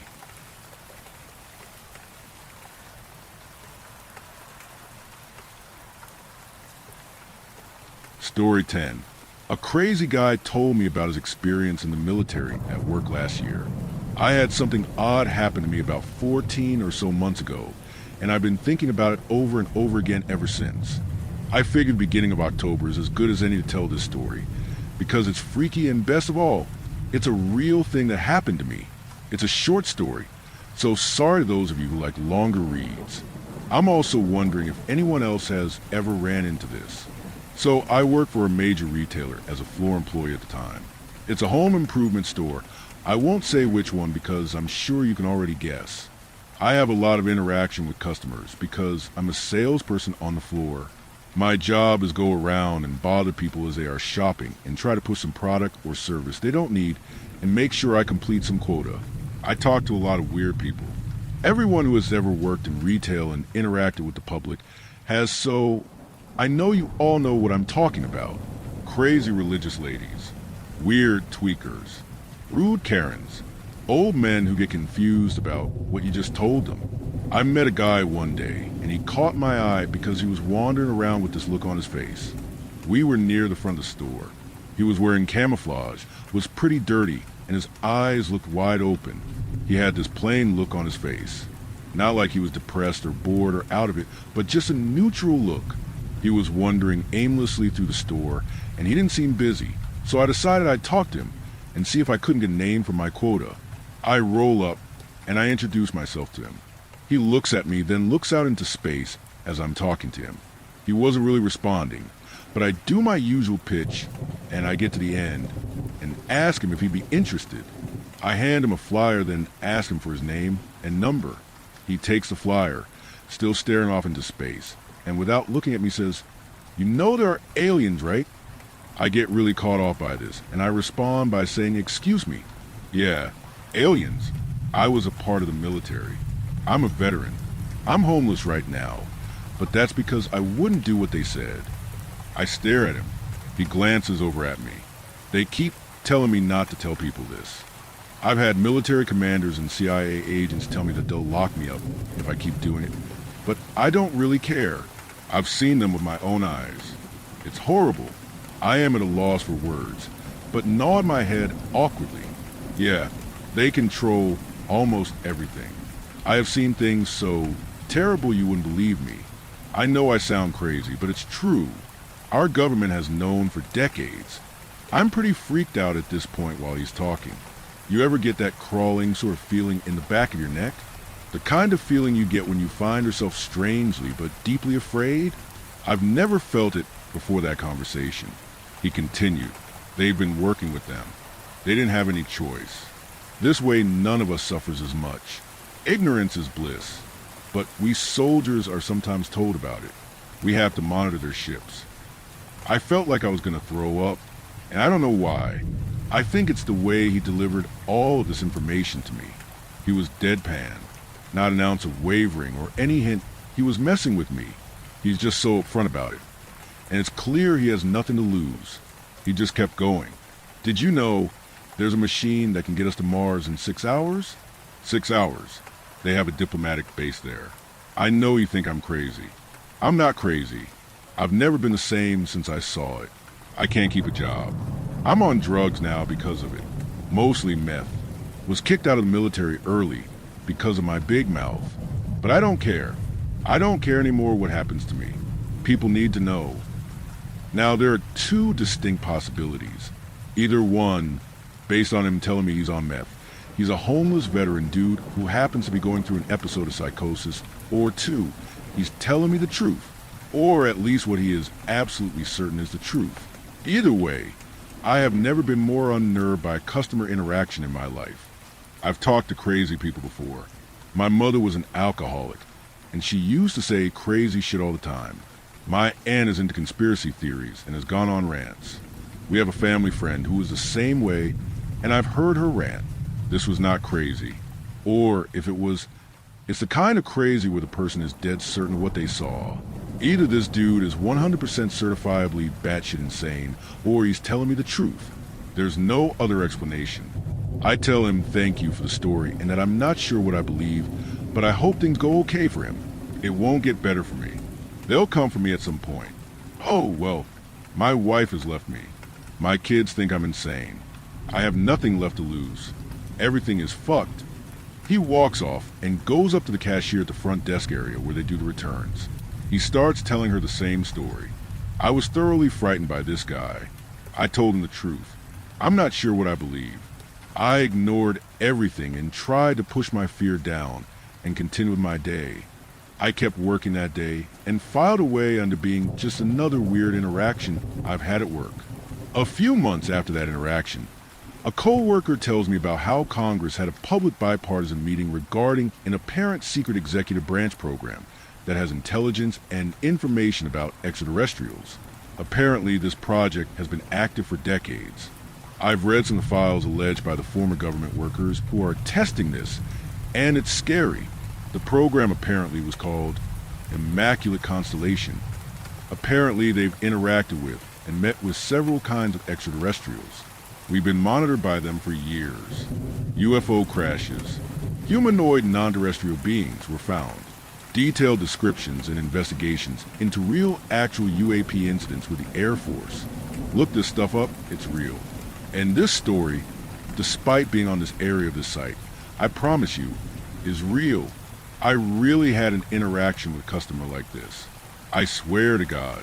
I think about some of the experiences I've had as a kid, looking out into the fields and the countryside, and seeing odd things floating in the wind, odd shapes and metallic objects without explanation. One evening, getting up and watching a bright blue metallic object fly over my house and disappear over the horizon. I always thought I just had a very active imagination and just saw a passenger plane fly low over my house. And those videos the Biden administration released, there must be a logical explanation for it. Something we have yet to discover, or maybe enemy aircraft with advanced technology we aren't aware of. And that guy, well, I mentioned he was on meth. Dude was probably crazy. I hope. At least that's what I like to tell myself anyways.